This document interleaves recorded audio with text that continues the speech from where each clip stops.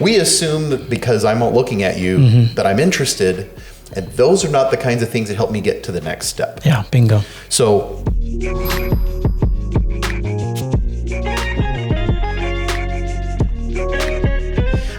during our show, we've got, as everybody knows, we've got a number of questions that have come in from our listeners and our viewers, and today is no exception. Nate, we've got two questions that we're going to be focusing in on. Has a lot to do with websites today.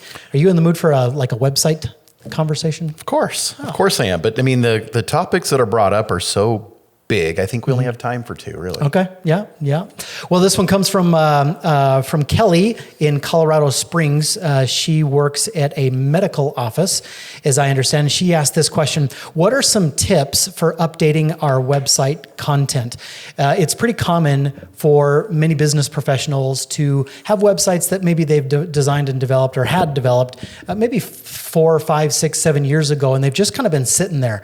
But now in 2021, they're kind of like sniffing around and asking, well, we should probably redo our website. What should we have on there? What should not be on there? What's kind of old and outdated? What should we keep? How should it look?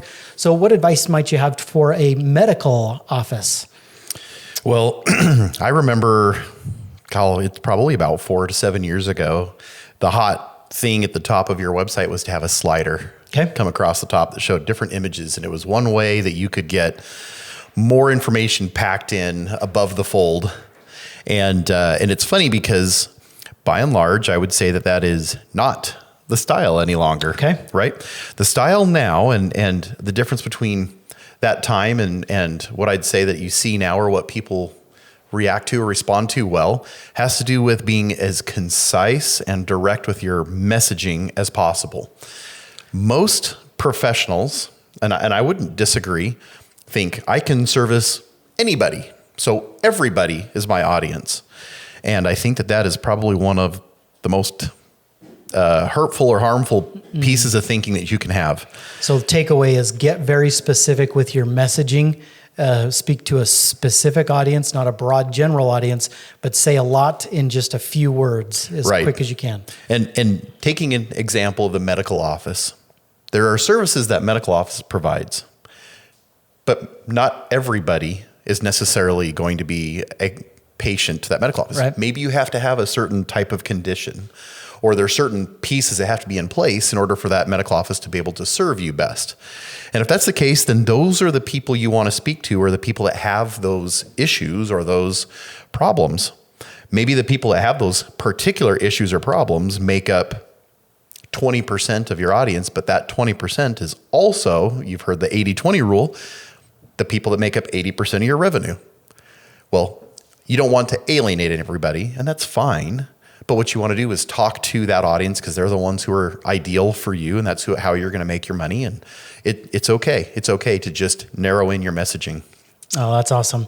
Any other kind of elements or components that if somebody's going to update their website that absolutely should be there? Just kind of core components. Absolutely. So when we do at Arcane Marketing, when we're building a website for someone, we're trying to help them build a website that not only looks nice, but also accomplishes whatever goal we've set, conversions, or trying to get engagement, or getting people to dive in past just the homepage, that I have found that I see a lot still. And so if I can hopefully put to bed some of these concerns or questions that people ask us all the time, one of them is I often see on the homepage a quick blurb about we're this company that is made up of these really fun people, or we're this office that does these cool things, and we've been around for some umpteen number of years, and we're just the best out there, and you want to trust people.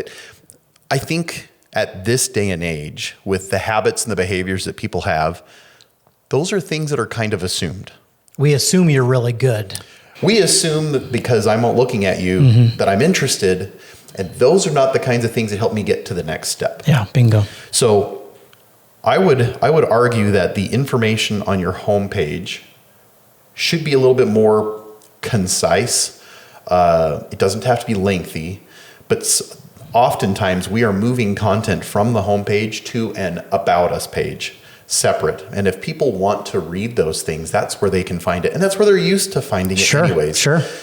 That gets in the way of what the real solution is you're trying to provide to your audience, right? Again, using the medical office. Like, it's great that this doctor has these certain criteria, certain degrees, or they've worked with so many patients. Those are all good things, right?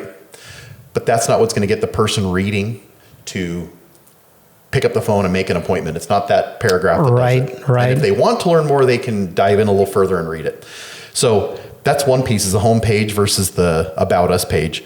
Another one is that oftentimes the best information, if you want to update information just on your website, one thing I'm blown away, I'm beside myself often. One of the most powerful pages and I've talked about it before, is an FAQ page. Okay. The reason is because if people are asking you this question, whether it's on your contact form or they're calling you and asking you, I promise you, they have already Googled that question. And they're calling you because maybe they didn't find the right answer, or they just want to see what you have to say about it. Well, maybe there's a missed opportunity that you had. You could have stated the question and answered it in your own way. Maybe you did a really good job answering it. A, you would have solved that question. And B, how many searchers did you miss out on that are also asking that question that didn't come to your website? Yeah. And then look, we talk about content a lot, and I think that it's important to specify content means one of three things. Okay, it's not always just what your website says. I mean, by and large, that's what it is. But what we define content as is one of three things: text that you put on your website, right, that people can read or that Google can index; images, how you maybe show examples of something or dress up the website a little bit; and videos. Those three things make up content. And if you don't have all three of those elements on your website, you're definitely missing out. And I do want to highlight videos, right? We've given a strong arm to videos a lot of times in the past, but I just can't understate how important videos are. And that's how people consume information these days. Videos on Facebook, Instagram, TV, Reels on Instagram. Those are more popular than the posts. You bet. TikTok, the videos on LinkedIn, all of them get the most engagements. Well, that's how people want to consume information. So if you're not speaking to them the way that they want to consume the information, you're missing out. Agreed. And then I think the very last piece that you need to make sure happens if you're updating your content is, in an effort to be concise, you need to state specifically what it is in a few very quick and brief steps, what you do, right? If you are a good elevator pitch, pitch that maybe just has point 1, point 2, point 3. Yep. And that's it. That's it. And then give them a call to action to fill out a form, call you now, set up an appointment, whatever that might need to be.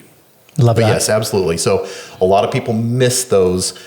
Here's what we do right up front, because that's what people want to know. Like, are you the right one for me? Exactly. Real estate agents, dentists, doctors, engineering firms, accountants, trade services, plumbers, HVAC, welders, construction guys, all of them need that message. Yep. I think that's awesome. Three more is just as you were talking, three other things just kind of came to my mind.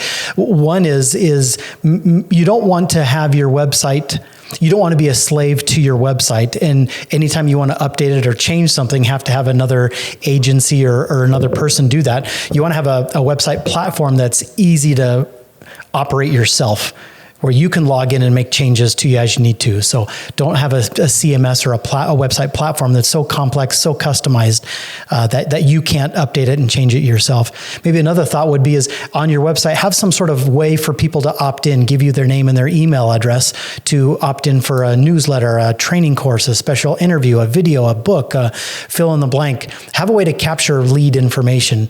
And then maybe finally is just obviously make sure to have a blog.